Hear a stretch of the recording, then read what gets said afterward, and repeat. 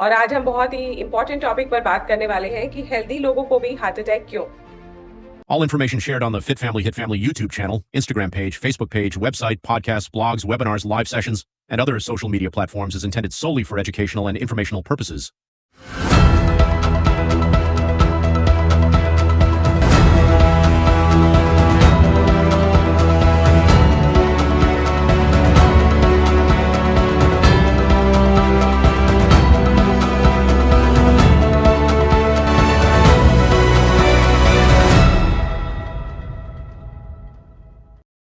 ठीक है, तो आई होप आप सबने अपने अपने फ्रेंड्स को, फैमिली को, जानने वालों को, अपने अपने लोगों को जो ट्रांसफॉर्मेशन में हैं, जिनका भला आप करना चाहते हैं, जिनके बारे में आप अच्छी सोच रखते हैं और जिनको लगता है कि आपको हेल्थ जो आज हम टॉपिक डिस्कस करने वाले हैं उनको इंटरेस्ट कर सकता है, तो आप जरूर उनको बुला लीजिए।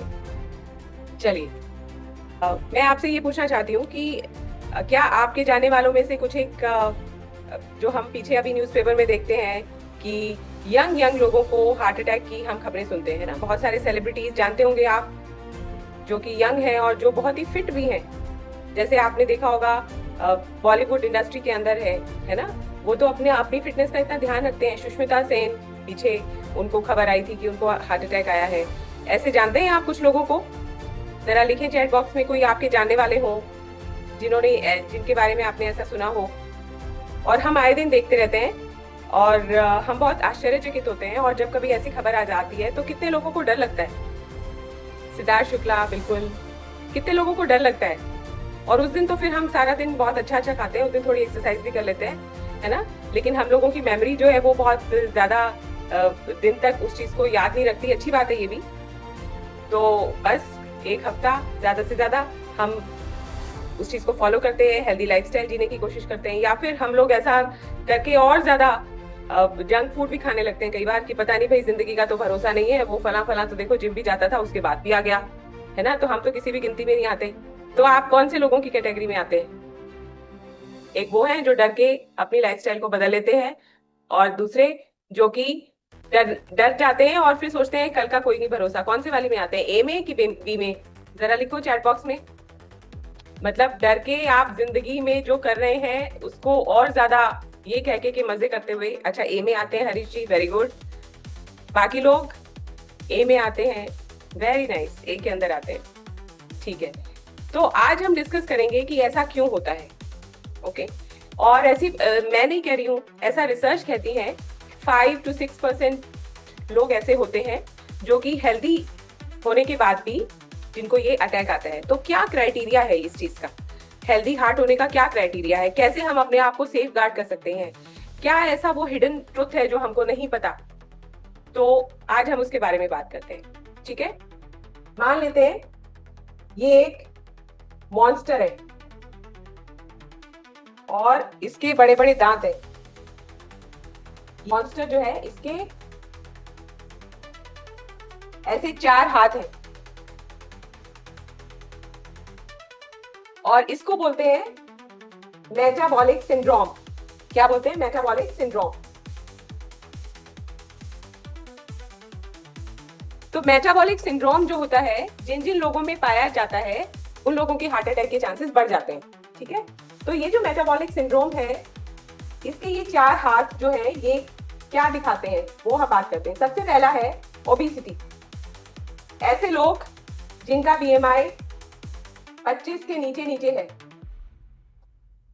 वो जिनका हेल्दी वेट है ना, वो इससे बच जाते हैं। लेकिन जिनका ज्यादा है 25 से, वो ओबीस कैटेगरी में, ओवरवेट कैटेगरी में आते हैं। तो मेटाबॉलिक सिंड्रोम का एक हाथ आप लगा लीजिए, वो है। दूसरा है डायबिटीज। अब डायबिटीज का भी कितना हमारा शुगर होना चाहिए, तो इसके अंदर ये देखा गया है कि फास्टिंग शुगर, जिन लोगों का फास्टिंग शुगर 100 के नीचे नीचे है, लेस देन 100,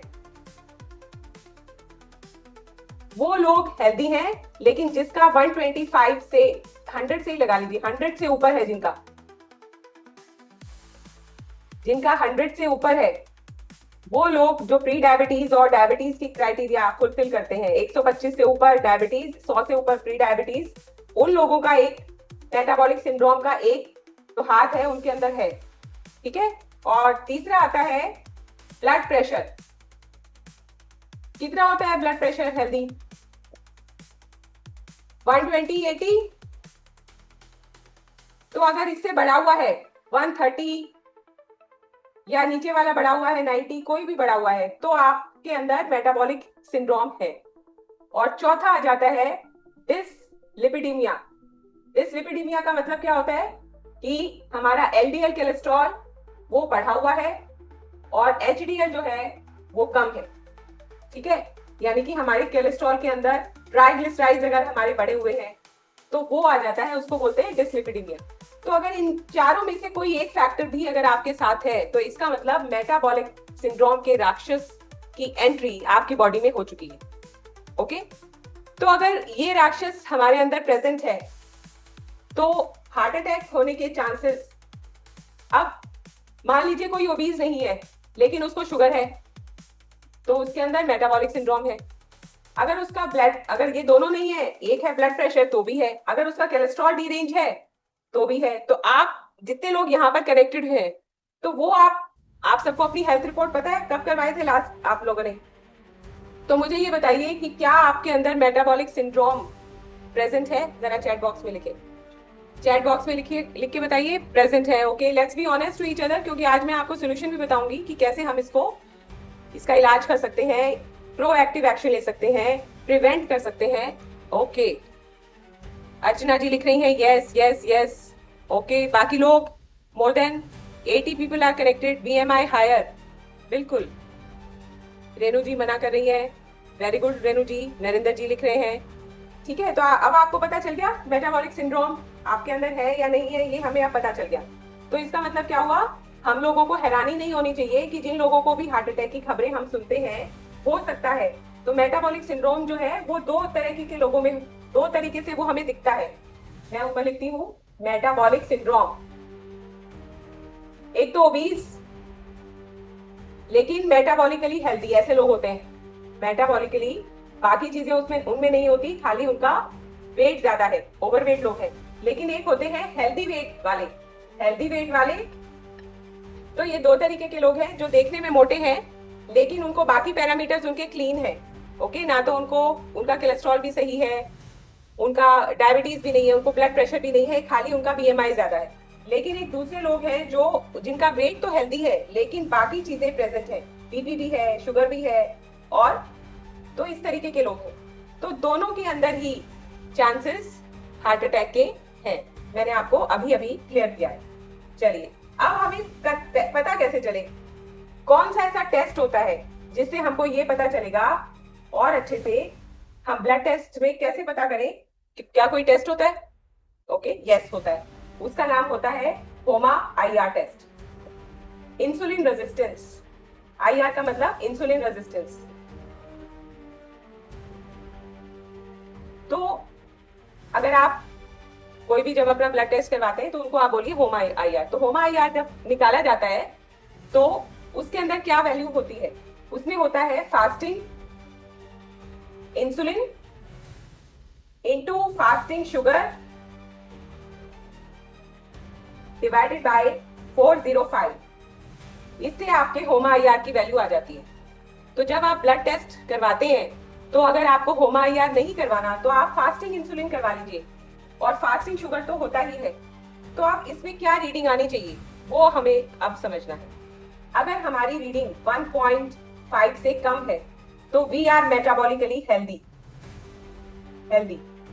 अगर 1.5 से 2.5 है तो मॉडरेट, हम लोग मॉडरेट हमारी मेटाबॉलिक हेल्थ है। और अगर 2.5 से ज्यादा है तो हाई रिस्क, यानी कि कल अगर आप अपना ब्लड टेस्ट कराते हो और आप या तो सीधा होमा आईआर टेस्ट करवा लो, लेकिन उसमें क्या गड़बड़ आती है, होमा आईआर में 2.1 तक जो है वो हेल्दी दिखाता है, हेल्दी। लेकिन आप उस पे मत जाइए, क्योंकि जो हमारी ब्लड रिपोर्ट्स होती है ना, समहाउ हमारी ब्लड रिपोर्ट्स में क्या होता है कि जब बीमारी इनिशियल स्टेजेस पर होती है उसको कैच नहीं करती है ब्लड रिपोर्ट्स। ठीक है, लेकिन आप इस कैलकुलेशन के हिसाब से जाओगे, इसको आप बिलीव करना, दिस इज बेटर कैलकुलेशन। तो आपको क्या टारगेट करना है अपनी मेटाबॉलिक हेल्थ के लिए कि हम लोगों को अटैक ना आए, तो ये हमको 1.5 से नीचे नीचे रखना है। ठीक है, ये समझ में आ गया आपको? अगर 2.1 और उससे ऊपर आ रहा है आपका, 1.5 से ऊपर है तो मॉडरेट है, लेकिन रिपोर्ट्स जो ब्लड रिपोर्ट दिखाती है ना 2.1 दिखाती है, तो इसके चक्कर में मत पड़ना। These are the parameters. ठीक है रेणु मुंजाल जी, आप अपना टेस्ट जब करवाओगे तो आपने ये रीडिंग नोट करनी है। आप कौन सी कैटेगरी में आते हो? अगर आपका 1.5 से कम है तो आप हेल्दी हो, अगर 1.5 से 2.5 के बीच में है HOMA-IR की वैल्यू तो आप मॉडरेट में हो। आप खुद निकाल सकते हो, अगर आपके पास ये दो है ना, फास्टिंग इंसुलिन और फास्टिंग शुगर डिवाइडेड बाय 405, तो आप खुद निकाल सकते हो। तो आप बताना कि आपकी ये रीडिंग कितनी आई है। ये आप फोटो ले लीजिए इसका। अब फास्टिंग इंसुलिन और फास्टिंग शुगर स्नैपशॉट ले लीजिए प्लीज आप इसका, डिवाइडेड बाय 405। ठीक है, अब क्या सोल्यूशन है इसका? What is the solution? इसके सोल्यूशन पे जाने से पहले हम एक और चीज की भी बात करेंगे कि एक पैरामीटर होता है आपका मेटाबॉलिक सिंड्रोम, और दूसरा, एक तो मॉन्स्टर हमने मेटाबॉलिक सिंड्रोम का लिया, एक दूसरा मॉन्स्टर भी होता है जिसको बोलते हैं हम इन्फ्लेमेशन। इन्फ्लेमेशन का मतलब होता है फ्लेम, आग, ज्वलनशील। आपने देखा होगा कई बार जो ऑयल के टैंकर होते हैं, कभी आपने देखा होगा जब वो जा रहे होते हैं सड़क से तो उसके ऊपर लिखा होता है ना अत्यधिक ज्वलनशील, लिखा होता है ना हाईली इन्फ्लेमेटरी। तो हमारी बॉडी के अंदर भी जब वो ज्वलनशीलता बढ़ जाती है तो हमारे हार्ट अटैक के चांसेस बढ़ जाते हैं। एक तो मैंने आपको पैरामीटर बता दिया मेटाबॉलिक सिंड्रोम, दूसरा होता है ज्वलनशीलता। तो वह ज्वलनशीलता कैसे पता चलती है? ज्वलनशीलता पता चलती है ESR ये टेस्ट होता है।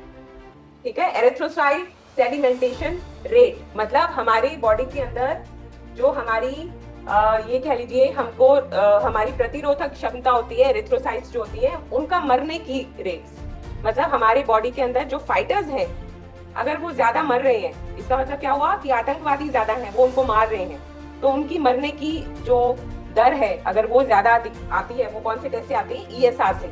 और एक होता है HSCRP, सी रिएक्टिव प्रोटीन। ये दो मार्कर्स हैं जिससे हमें ये पता चलेगा कि हम अत्यधिक ज्वलनशील हैं कि नहीं। ठीक है, तो अब HSCRP हमारा 1 से नीचे होना चाहिए। ठीक है, अगर ये हमारा 1 से ज्यादा आता है तो इसका मतलब हमारी ज्वलनशीलता बढ़ रही है।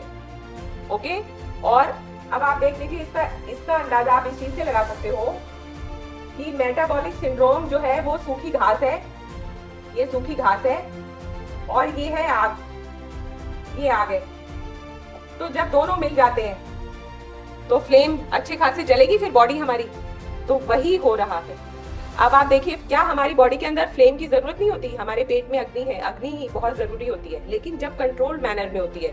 जो अग्नि होती है हमको बहुत सारे इन्फेक्शन से बचाती है ना, लेकिन वो अगेन हम घर में रोटी सेकते हैं वो भी एक कंट्रोल्ड मैनर है, लेकिन जब ज्वलनशीलता बढ़ जाती है, यानी कि आप सोचिए हमारे घर के अंदर हम आग सेक रहे हैं अंगीठी के ऊपर और वो एक चिंगारी है और वो किसी पर्दे में लग जाए तो वो पूरा पर्दा जल जाता है ना, अगर वो पर्दा सिंथेटिक है तो इसका मतलब क्या हुआ कि वो हाईली इन्फ्लेमेटरी है। लेकिन अगर वो पर्दा कॉटन का हो तो उतना जल्दी नहीं जलेगा। तो ऐसे ही हमारी बॉडी भी जब ज्यादा ज्वलनशील होती है तो वो आग पकड़ लेती है। तो मेटाबॉलिक सिंड्रोम और इन्फ्लेमेशन का जब इकट्ठा दोस्ती हो जाती है तो ये हार्ट अटैक के चांसेस बढ़ जाते हैं। इतना क्लियर है आप लोगों को? जरा चैट बॉक्स में लिख के बताओ कि ये क्लियर हो गया है। अब हम सॉल्यूशन की बात करते हैं। तो सॉल्यूशन की बात करने से पहले मैं दोबारा से वो फॉर्मूला लिखती हूँ, क्योंकि हमारे मेटाबॉलिक सिंड्रोम के लिए मैंने आपको बताया था फास्टिंग इंसुलिन। ठीक है, इंसुलिन वो हार्मोन जो हमारी पेनक्रियाज निकालती है, गुना फास्टिंग शुगर डिवाइडेड बाय 405, ये है फार्मूला इस चीज का, HOMA-IR का। इंसुलिन रेजिस्टेंस हमारी बॉडी में है या नहीं उसको निकालने का ये फॉर्मूला है। अब मुझे ये बताइए आप इसका सोल्यूशन क्या है? सोल्यूशन है, आप सब यहाँ पर बहुत ही समझदार लोग हैं, जब फार्मूले के अंदर इंसुलिन आ रहा है और शुगर आ रहा है। ठीक है, तो अब हमारी डाइट कैसी होनी चाहिए? अब मैं आपको बेस्ट डाइट बताने जा रही हूँ जो कि हमारे इंसुलिन रेजिस्टेंस को कम करेगी। हमारी जो डाइट होती है उसमें 3 कंपोनेंट होते हैं, एक प्रोटीन, एक फैट और एक कार्बोहाइड्रेट्स। फाइबर भी ऐड कर लेते हैं, हालांकि वो कार्बोहाइड्रेट का ही हिस्सा है, पर चलो फाइबर, ओके, और पानी, वाटर होते हैं ना ये, protein, fat, carbohydrate, fibre, water. इस चीज को ध्यान से समझना। क्या प्रोटीन से इंसुलिन निकलता है? क्या प्रोटीन से इंसुलिन निकलता है? जब हम प्रोटीन खाते हैं तो इंसुलिन निकलता है बहुत कम, वेरी लेस। फैट खाते हैं तब निकलता है? नो।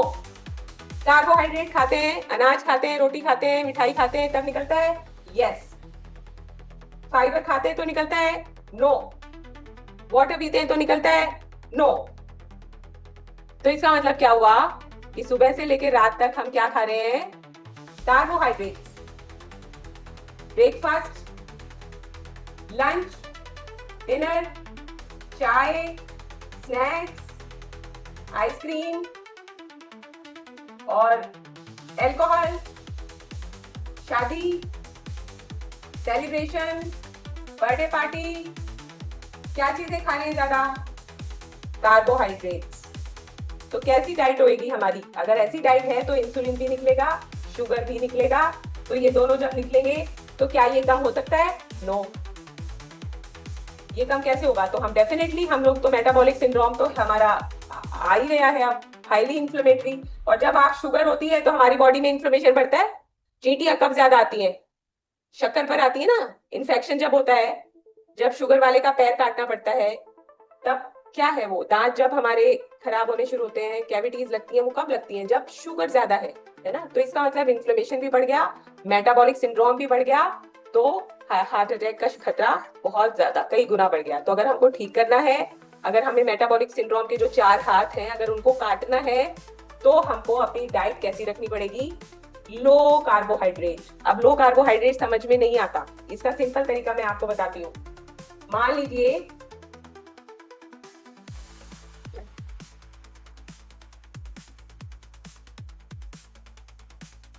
खाते हो, तीन मेन मील सोच लेते हैं। मान लीजिए हम ब्रेकफास्ट, लंच और डिनर। अगर हम ब्रेकफास्ट में भी कार्बोहाइड्रेट्स नहीं खाएं और डिनर में भी हम ना खाएं, खाली लंच में खा लें और उस लंच में भी 1/3 कर दें, तो क्या आपको लगता है कि हम लोग इंसुलिन भी कम बनेगा, कम निकलेगा और शुगर भी कम बनेगी और हमारा मेटाबॉलिक सिंड्रोम बेटर हो सकता है? बेटर हो सकता है, यस और नो? जरा लिखें। देखो ये सारा साइंटिफिक है, आपको मैं बिल्कुल ऐसे कोई भी नहीं समझाता, आपके सामने है सारा। तो आपको अब क्या करना है? डाइट में सुधार। ब्रेकफास्ट होना चाहिए प्रोटीन रिच। तो चलो मुझे ये बताओ, प्रोटीन रिच ब्रेकफास्ट कौन कौन से होते हैं? जरा चैट बॉक्स में लिखो, क्या होते हैं प्रोटीन रिच? आप वेजिटेरियन है, नॉन वेजिटेरियन है, कैसे भी है, ओके, चाहे आप जैन है, क्या होते हैं? एग, पनीर, मूंग दाल चीला, वेरी गुड। वे प्रोटीन शेक, ओके। दूध ज्यादा मेटाबॉलिकली हेल्दी होता है कि दही हेल्दी होता है? बताओ।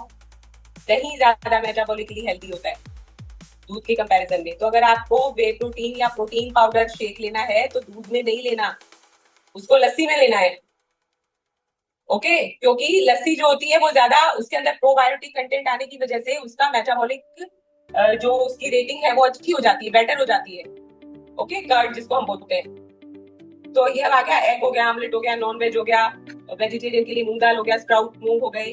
अब यही है, दैट इज इट। आप, it is a new thing. हाँ बिल्कुल हो सकती है आपके लिए नई चीजों, पर आपको लग रही है कि ये साइंटिफिक है, will follow, okay, that's great. तो अब आप चाहे शादी में गए हैं, चाहे आप वेकेशंस पर गए हैं, चाहे आप कुछ भी कर रहे हैं, आपका ब्रेकफास्ट सेट हो गया, ओके। अब हम आ जाते हैं डिनर पर। अब डिनर के अंदर आप क्या ले सकते हैं? प्रोटीन में आप पनीर की सब्जी ले सकते हैं, आप वेजिटेबल का सूप ले सकते हैं, उसमें पनीर के चंक्स डाल सकते हैं, ओके, आप फिर से ऑमलेट ले सकते हैं, आप नॉन वेज ले सकते हैं। ओके, ये आपका हो गया डिनर। ये 365 दिन ये है। कभी कभार हो सकता है चेंज हो, लेकिन देखो आपको जब स्ट्रक्चर समझ में आ जाएगा ना, स्ट्रक्चर, तो आप इजीली फॉलो कर लोगे। अब आ जाता है लंच। अगर लंच को हम इस तरीके से करें कि हमारी प्लेट है, अगर हम उसको 4 हिस्से में डिवाइड कर लें और उसमें एक हिस्से में प्रोटीन आ गया, एक में फाइबर आ गया यानी कि सलाद आ गया, एक में आपकी दही आ गई है ना, एक में कोई पनीर की आइटम आ गई या एग आ गया, जो भी आ गया, और एक के अंदर कार्ब्स आ गई, अनाज जिसको आप बोलते हैं, अनाज, रोटी जिसको बोलते हैं, चावल बोलते हैं, ये आ गया। ठीक है, ये तो आपने उसको कंट्रोल कर लिया। तो ये हो गई आपकी डाइट, जिससे आपका वेट भी कम होगा अगर आप इस डाइट को फॉलो करेंगे। ओके, आपकी शुगर जो है वो भी 100 से नीचे रहने शुरू हो जाएगी फास्टिंग। देखो, अगर आपको प्रॉब्लम शुगर की हो चुकी है तो उसके लिए ऐसे एकदम रातों रात ठीक नहीं हो जाएगी वो। अगर आप दवाई पर हैं, उस पर हैं, उसको मैं क्लेम नहीं कर रही हूँ, लेकिन अगर आपको प्री डायबिटीज है, अगर आप इंसुलिन रेजिस्टेंस है, तो डेफिनेटली आपको फर्क पड़ जाएगा। ये क्लियर है। अब आ जाते हैं इन्फ्लेमेशन के ऊपर, यानी कि आपने इंसुलिन स्पाइक करने वाले जो खाना था उसको 1/3 ऑलरेडी कर दिया है। ठीक है, तो आपको डेफिनेटली फायदा नजर आएगा। अब आ जाता है कि इन्फ्लेमेशन को कम कैसे करें। आप इन्फ्लेमेशन को, हमारे अंदर की ज्वलनशीलता है, उसको कम कैसे करें। उसके लिए होता है फास्टिंग। सबसे फास्ट तरीका आपकी बॉडी में ज्वलनशीलता को कम करने का फास्टिंग है। तो फास्टिंग क्या पूरे दिन का फास्ट रखें? नहीं, आपको मान लीजिए आपने 8 बजे सवेरे खाया है। सबसे बेसिक से शुरू करते हैं। सबसे बेसिक फास्टिंग क्या है? बेसिक फास्टिंग है 12 घंटे की। 12 घंटे की 8 बजे आपने नाश्ता किया है, 8 PM पर आप डिनर कर लीजिए और बीच में आप 2 बजे 1:30 बजे के आसपास लंच कर लीजिए। बीच में कुछ भी नहीं खाएंगे, क्योंकि जितना ज्यादा आपका इंसुलिन, मान लीजिए हमने खाया और हमारी बॉडी के अंदर इंसुलिन निकला, फिर इंसुलिन नीचे गया, फिर आपने खा लिया, फिर नीचे गया, फिर खा लिया, फिर नीचे गया, फिर खा लिया, तो इतना ज्यादा इंसुलिन आपकी बॉडी में रहता है, और जितना ज्यादा इंसुलिन उतनी ज्यादा बॉडी के अंदर इन्फ्लेमेशन। ओके, तो आपने 12 घंटे की फास्टिंग कर सकते हैं, मुश्किल काम है। आप चेक करो, लेट नाइट नेटफ्लिक्स देखते वक्त आप में से कुछ कोई मंच करता है, कोई आइसक्रीम बाद में खाता है, या चाय पीने की किसी को आदत है, या जैसे आपने खाना खाया उसके थोड़ी देर बाद चाय पी ली, फिर थोड़ी देर बाद कुछ नमकीन खा ली, ऐसे बार बार खाने की जो आदत है, ये जो आदत होती है ना, ये हमारी बॉडी में इन्फ्लेमेशन बहुत बहुत बढ़ा देती है। तो उसके लिए आपने 12 घंटे की विंडो को फॉलो करना है, पहली बात। दूसरा, खाली आपने 4 एपिसोड्स ऑफ ईटिंग रखिए। 4 एपिसोड्स ऑफ ईटिंग, जिसके अंदर की आपके 3 तो मील हो गए और 1 हो गया आपका खाली सलाद, रॉ। जब आप ये रखेंगे तो आप देखेंगे कि आपकी इन्फ्लेमेशन काफी कम रह गई है। दूसरा, और कैसे इन्फ्लेमेशन कम कर सकते हैं? न्यूट्रिएंट्स लेकर। न्यूट्रिएंट्स कैसे ले सकते हो? विटामिन सी 3 ग्राम हर रोज, 2 से 3 ग्राम एवरी डे लेना है। और किस चीज से होती है? हल्दी, जिनको हल्दी होता है, हल्दी का और कुरकुमिन का शॉट आता है, शॉट, वो ले सकते हो। देखो अब गर्मी आ गई है तो मैं इसके बारे में ज्यादा नहीं, क्योंकि अब गर्मी में मैं नहीं रिकमेंड कर सकती इसको, ये नहीं लेना, आपको बहुत ज्यादा गर्मी हो जाएगी। ये सर्दियों में आप ले सकते हो। ओके, अभी तो आप विटामिन सी शॉट्स ले सकते हो, 2 से 3 ग्राम हर रोज का विटामिन सी ले सकते हो। और जैसे आंवला हो गया, आंवला ले सकते हो। मोरिंगा है, मोरिंगा पाउडर ले सकते हो। तुलसी ले सकते हो, तुलसी टैबलेट फॉर्म में भी आती है, आप वो ले सकते हो। ओके, और ये आप ले सकते हैं। और ग्रीन जूस ले सकते हो, ग्रीन जूस होता है, या ग्रीन स्मूदी ले सकते हो। उसके अंदर पत्ते डाल लीजिए, 4-5 पत्ते पालक के, धनिए के, पुदीने के, और खीरा, और साथ में तुलसी के पत्ते ये हरे हरे हैं सारे। तो जितना भी मोरिंगा के पत्ते होते हैं, मोरिंगा उनके पत्ते, इनको मिक्सी में डाल के जूस बना लीजिए और वो जूस आप हर रोज पीना शुरू कर दीजिए खाली पेट। या जो बीच में आपके मील का टाइम होता है ना, सुबह खाली पेट, आइडियली तो खाली पेट होता है, अगर खाली पेट नहीं ले सकते तो आप बीच में जो गैप है उसमें चाय की जगह आप ये पी सकते हो, और साथ में नींबू, लेमन। ठीक है, तो इससे आपकी इन्फ्लेमेशन बॉडी में कम होगी। तो हमने 2 मॉन्स्टर का इलाज कर लिया, एक हमने अपना मेटाबॉलिक सिंड्रोम का, एक इन्फ्लेमेशन का। हम सबको पता चल गया कैसे ये चेक होते हैं, कौन कौन से ब्लड टेस्ट जिसके थ्रू होते हैं, जिससे हमें पता चलता है और हमको इसका इलाज भी पता चल गया। तो मैं एक बार आपके लिए रिवाइज कर देती हूँ जो मैंने आपको बताया है, जो आपको करना है। क्या अच्छा लग रहा है आपको इस सेशन में, जरा चैट बॉक्स में लिख के बताइए। आई होप आपको काफी कुछ सीखने को मिल रहा है, चीजें क्लियर हो रही हैं, जरा लिखें। और fit family hit family is on mission. हमारे कोचेस हैं जो कि गाइड करते हैं आपको, हॉलिस्टिक वेलनेस के लिए गाइड करते हैं। मॉर्निंग में सुबह मंडे टू फ्राइडे एक्सरसाइज होती है 7:30। आप फेसबुक पर हमारे पेज को लाइक एंड फॉलो कर सकते हैं। सुबह हमारी एक्सरसाइज को साथ साथ देखकर कर सकते हो, बाद में देख के कर सकते हो। और मोस्टली एवरी वीक हमारे सेशंस होते हैं। अभी अभी चैलेंज खत्म हुआ है। किन किन लोगों ने, कुछ लोग ने हमारा पहले चैलेंज किया था वॉकिंग स्टेप चैलेंज 10,000 स्टेप्स का, और अभी नो शुगर चैलेंज चल रहा है, तो उसमें भी काफी लोग पार्टिसिपेट कर रहे हैं। तो आई होप आपको अच्छा लग रहा होगा। इस तरीके से हम सेहत की ऑनलाइन पाठशाला कर रहे हैं और हमने मोर देन 1000 पीपल को लास्ट ईयर मिला के ट्रांसफॉर्म किया है, और लोगों को बहुत सारे हेल्थ की चीजों में सुधार हुआ है, उनकी हैबिट्स डेवलप हुई हैं। And we are on Instagram also. तो आप जरूर हमारे इस मैसेज को स्प्रेड करें, ज्यादा से ज्यादा लोगों को बताएं। वो गीता में कहा भी गया है कि अगर हम एक अच्छी चीज को अपने तक रखते हैं और एक बुरी खबर या अफवाह को ज्यादा लोगों को पहुंचाते हैं, दोनों पाप है। ठीक है, दोनों के दोनों ही पाप है। जब महाभारत का युद्ध हुआ था तो भीष्म जी शैया पर, बाणों की शैया पर लेटे थे, तो श्री कृष्ण जी उन्होंने इतना हार्ड धर्म निभाया था। उन्होंने शादी नहीं करी और गृहस्थ को फॉलो नहीं किया, लेकिन जब उनको बोलना चाहिए था तब उन्होंने अपनी आवाज नहीं उठाई, है ना। तो वो एक सबसे बड़ा उनका पाप था, जिसकी सजा उनको कैसे मिली। हालांकि उनको मृत्यु का वरदान था कि वो जब चाहे मृत्यु उनकी हो सकती है, लेकिन वो बाणों की शैया पर सोए, कितना बड़ा उनको पेन भुगतना पड़ा। अपने सारे नियर एंड डियर वंस को अपने सामने उन्होंने मरता देखा और खुद रीजन बने, है ना। तो इसलिए जो चीज हमें अच्छी पता चल जाए हम उल्टा करते हैं, हम उसको अपने तक रखते हैं, और बुरी खबर को हम ज्यादा से ज्यादा फॉरवर्ड करते हैं। जो हमारे पास कोई भी अफवाह आ जाती है उसको फट से फॉरवर्ड कर देते हैं। दोनों ही पाप।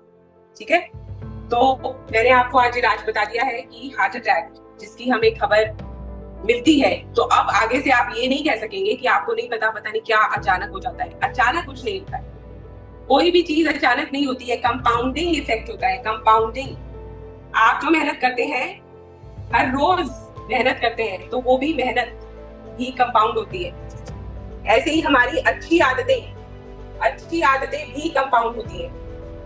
और बुरी आदतें, आज से 10 साल पहले तक हम किस तरीके से खा रहे थे, आज हम वो उसका असर देख रहे हैं अपने शरीर पर। और किसी ने अगर अच्छी आदतों को फॉलो किया है तो वो भी आज उसका असर देख रहे हैं। ठीक है, तो इसलिए फ्रेंड्स, सेहत का भी कंपाउंड इफेक्ट है और डिजीज का भी कंपाउंडिंग इफेक्ट है। और मैं आपको ये बताना चाहती हूँ, मॉन्स्टर की थर्ड और फोर्थ पैर, ब्लड प्रेशर, और साथ में मैंने बताया था आपको डिस्लिपिडीमिया। इनको हम अगले उसमें चैप्टर में कवर करेंगे क्योंकि ये काफी बड़े हैं। ठीक है, तो इसको हम, ब्लड प्रेशर एक बहुत बड़ा वो है। हम में से बहुत सारे लोगों को लगता है कि ब्लड प्रेशर जो है वो हार्ट की प्रॉब्लम है, वो हार्ट की नहीं है, वो किडनी की प्रॉब्लम है। ठीक है, तो हम इनको अगली हमारी सेहत की ऑनलाइन पाठशाला में इनको लेंगे। लेकिन मैं ये बता रही थी कि गुड हेल्थ का हमें रेंट देना पड़ता है। मतलब अगर मैं जिम जा रही हूँ, मैंने जिम की मेंबरशिप ली है, तो मैं अपनी सेहत का रेंट दे रही हूँ in form of gym membership. अगर मैंने कोई योगा ट्रेनर हायर किया है या मैं खुद भी देखकर योगा कर रही हूँ, मैं तो टाइम इन्वेस्ट कर रही हूँ, तो मैं वो टाइम का रेंट अपनी सेहत के लिए दे रही हूँ, ठीक है। और अगर मैं अच्छा खाना, अगर मैं चुनाव कर रही हूँ कि मैं समोसा 20 रुपए का समोसा ना खाकर मैं 70 रुपए का पनीर खा रही हूँ, तो मैं वो 50 रुपए जो एक्स्ट्रा दे रही हूँ वो मैं चुनाव कर रही हूँ, मैं वो रेंट दे रही हूँ अपनी अच्छी सेहत के लिए, ओके। और मैं vitamin C as a food supplement, tulsi as a food supplement, protein powder as a food supplement, अगर मैं उसको खरीद रही हूँ और यूज कर रही हूँ तो मैं वो पैसे दे रही हूँ, मैं चुनाव कर रही हूँ, मैं रेंट दे रही हूँ अपनी अच्छी सेहत का, ओके। बहुत सारे लोग होंगे जो नहीं देंगे, है ना, तो वो कहाँ देंगे पैसा, उनके पास भी नहीं बचने वाला है। वो कंपाउंड करके, कहते हैं ना कंपाउंडिंग इफेक्ट, कंपाउंड करके वो डॉक्टर्स को हॉस्पिटल्स के अंदर देंगे, ठीक है। तो again everything is a choice in our life. वो कहते हैं ना कि ईश्वर ने जी आपकी किस्मत अच्छी या बुरी नहीं, वो जो हम लोग ने पीछे के कर्म करे हैं उसका हमें असर मिलता है, वो तो अलग चीज है, लेकिन कुछ चॉइस हमारे ऊपर भी छोड़ी है, तो ये है वो चॉइस। हर रोज चुनाव, हर रोज हमें सेहत का चुनाव करना है and we have to invest, हमारे पैसे उस पर खर्च हो। तो हमारा चुनाव है कि हमें डॉक्टर्स को देने हैं कि हमें अपनी सेहत का बचाव करने में वो पैसे खर्च करने हैं। और हमने हमेशा सुना है prevention is always better, prevention is always cheaper than cure, okay. आज हम लोग अगर हॉस्पिटल में एडमिट होते हैं, किसी का अगर हार्ट की जो प्रॉब्लम हम अभी डिस्कस कर रहे हैं उसके लिए अगर, तो कितने का खर्चा आता है, मान लीजिए स्टंट डलता है तो कितने रुपए लगते हैं उसके, 5 लाख लग जाते हैं। और अगर बाईपास होता है तो ये ऑलमोस्ट 10 लाख के आसपास हो जाता है। और ये तो स्टंट वो है कि अगर एक स्टंट डल रहा है, अगर ज्यादा डल रहे हैं मल्टीपल स्टंट तो ये बढ़ जाता है, ठीक है। और फिर बाईपास का भी जो टाइम लाइन है वो 10 साल होती है। 10 साल के बाद अगर डाइट चेंज नहीं होती, लाइफस्टाइल चेंज नहीं होता तो वो दोबारा हो जाता है, ओके। तो अब आप ये सोच के देखिए, हम लोगों के पास, कितनों के पास इतनी बड़ी डिस्पोजेबल इनकम है ना, बस 5 लाख तो यूं ही पड़े हैं, 10 लाख तो यूं ही पड़े हैं, है ना। और क्या उसके बाद वो सेहत दोबारा वैसी होती है? नहीं, उसके बाद जितना पोटली भर के गोलियां जो हमेशा साथ चलेगी, जो तलवार सिर पे लटकी रहेगी, जो आपकी सेहत पहले जैसी बिल्कुल भी नहीं रहेगी, आप स्टंट जब लग जाता है तब, ओके। एक फियर एक हमेशा लगा रहता है। तो इट इज बेटर कि हम अभी से अलर्ट हो जाएं और अपनी सेहत में इन्वेस्ट करें, okay. So this is from my side for today. और स्टार्ट ले लेते हैं कि आज की क्लास में हमें क्या अच्छा लगा। अगर आपको लगता है, जैसे मैंने अभी बात की कि जब कोई अच्छी चीज लगती है हमें तो हमें उसको जरूर शेयर करना चाहिए। तो कौन है जो आज का ये सेशन डेफिनेटली बहुत सारे लोगों को अच्छा लगा है, लेकिन कौन है जो आज का टेक अवे वो लेना यहाँ पर शेयर करेंगे कि आज उन्होंने क्या सीखा, कोई नई चीज सीखी, कुछ पता चला। You can raise your hand. Anubha ji unmute करें। हाँ जी, गुड मॉर्निंग दीदी।